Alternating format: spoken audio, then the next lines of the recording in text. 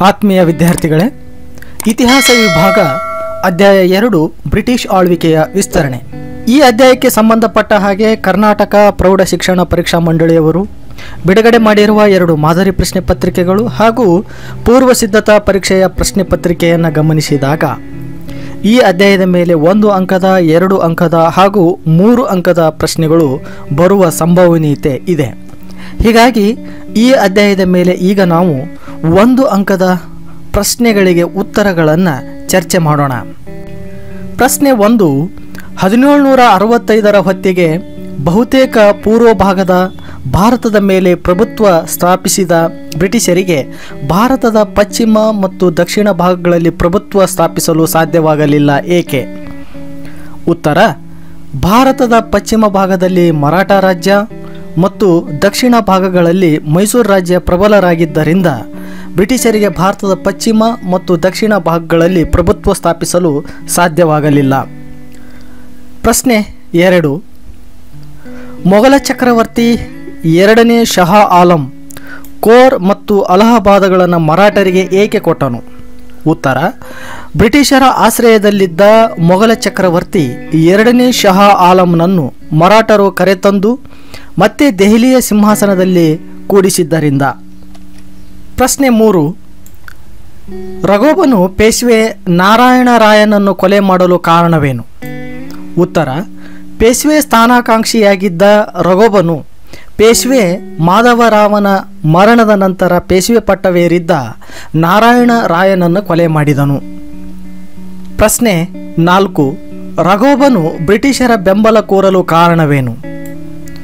ಉತ್ತರ: ಮರಾಠ ಒಕ್ಕೂಟವು ನಾರಾಯಣ ರಾಯನ ಮಗ 2ನೇ ಮಾಧವರಾವನಿಗೆ ಪೇಶ್ವೆ ಪಟ್ಟ ಕಟ್ಟಿದ್ದರಿಂದ ರಘೋಬನು ಬ್ರಿಟಿಷರ ಬೆಂಬಲವನ್ನು ಕೋರಿದನು. ಪ್ರಶ್ನೆ 5, ಸಾಲ್ಬಾಯ್ ಒಪ್ಪಂದಕ್ಕೆ ಕಾರಣವೇನು? ಉತ್ತರ: ಮರಾಠ ಒಕ್ಕೂಟವು ಯುದ್ಧ ಮುಂದುವರಿಸಲಾಗದೆ ಬ್ರಿಟಿಷರೊಂದಿಗೆ ಸಾಲ್ಬಾಯ್ ಒಪ್ಪಂದವನ್ನು ಮಾಡಿಕೊಂಡಿತು. ಪ್ರಶ್ನೆ 6, ಲಾರ್ಡ್ ವೆಲ್ಲೆಸ್ಲಿಯ ಕಾಲದಲ್ಲಿ ಬ್ರಿಟಿಷ್ ಆಡಳಿತ ವಿಸ್ತರಣೆ ಸುಲಭ ಸಾಧ್ಯವಾಯಿತು, ಏಕೆ?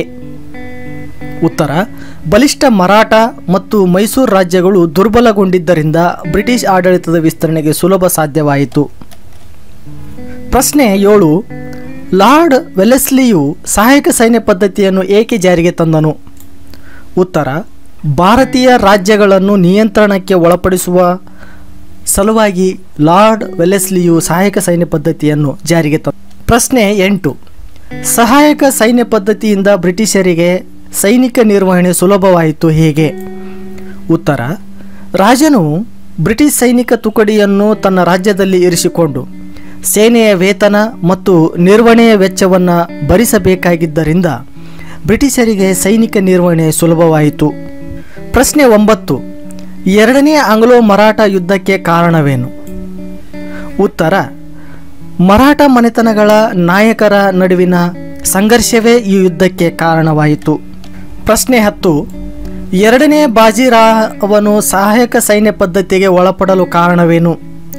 ಉತ್ತರ: 1802ರಲ್ಲಿ ಹೋಳ್ಕರ್ ಸೈನ್ಯವು ಸಿಂಧಿಯಾ ಮತ್ತು ಪೇಶ್ವೆ ಸೈನ್ಯವನ್ನು ಸೋಲಿಸಿದ್ದರಿಂದ ಬ್ರಿಟಿಷರ ಸಹಾಯ ಕೋರಿದನು. ಬ್ರಿಟಿಷರ ಜೊತೆ ಬೆಸಿನ್ ಒಪ್ಪಂದದಂತೆ 2ನೇ ಬಾಜಿರಾವನು ಸಹಾಯಕ ಸೈನ್ಯ ಪದ್ಧತಿಗೆ ಒಳಪಡಬೇಕಾಯಿತು.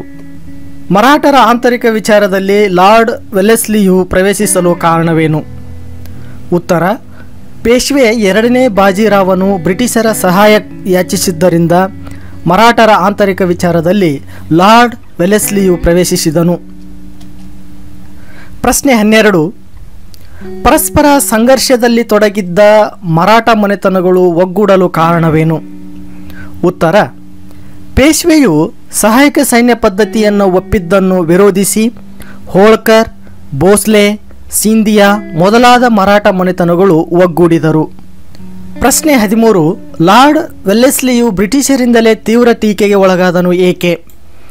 ಉತ್ತರ: ಲಾರ್ಡ್ ವೆಲ್ಲೆಸ್ಲಿಯು ಯುದ್ಧ ಪ್ರಿಯ ನೀತಿಯಿಂದ ಕಂಪನಿಗೆ ಸಾಲದ ಹೊರೆ ಹೆಚ್ಚಿತು. ಇದರಿಂದ ಬ್ರಿಟಿಷರಿಂದಲೇ ತೀವ್ರ ಟೀಕೆಗೆ ಒಳಗಾದನು. ಪ್ರಶ್ನೆ 14, ಲಾರ್ಡ್ ವೆಲ್ಲೆಸ್ಲಿಯು ತನ್ನ ಹುದ್ದೆಗೆ ರಾಜೀನಾಮೆ ನೀಡಲು ಕಾರಣವೇನು? ಉತ್ತರ: ತನ್ನ ಯುದ್ಧಪ್ರಿಯ ನೀತಿಯಿಂದ ಕಂಪನಿಗೆ ಸಾಲದ ಹೊರೆ ಹೆಚ್ಚಿತು.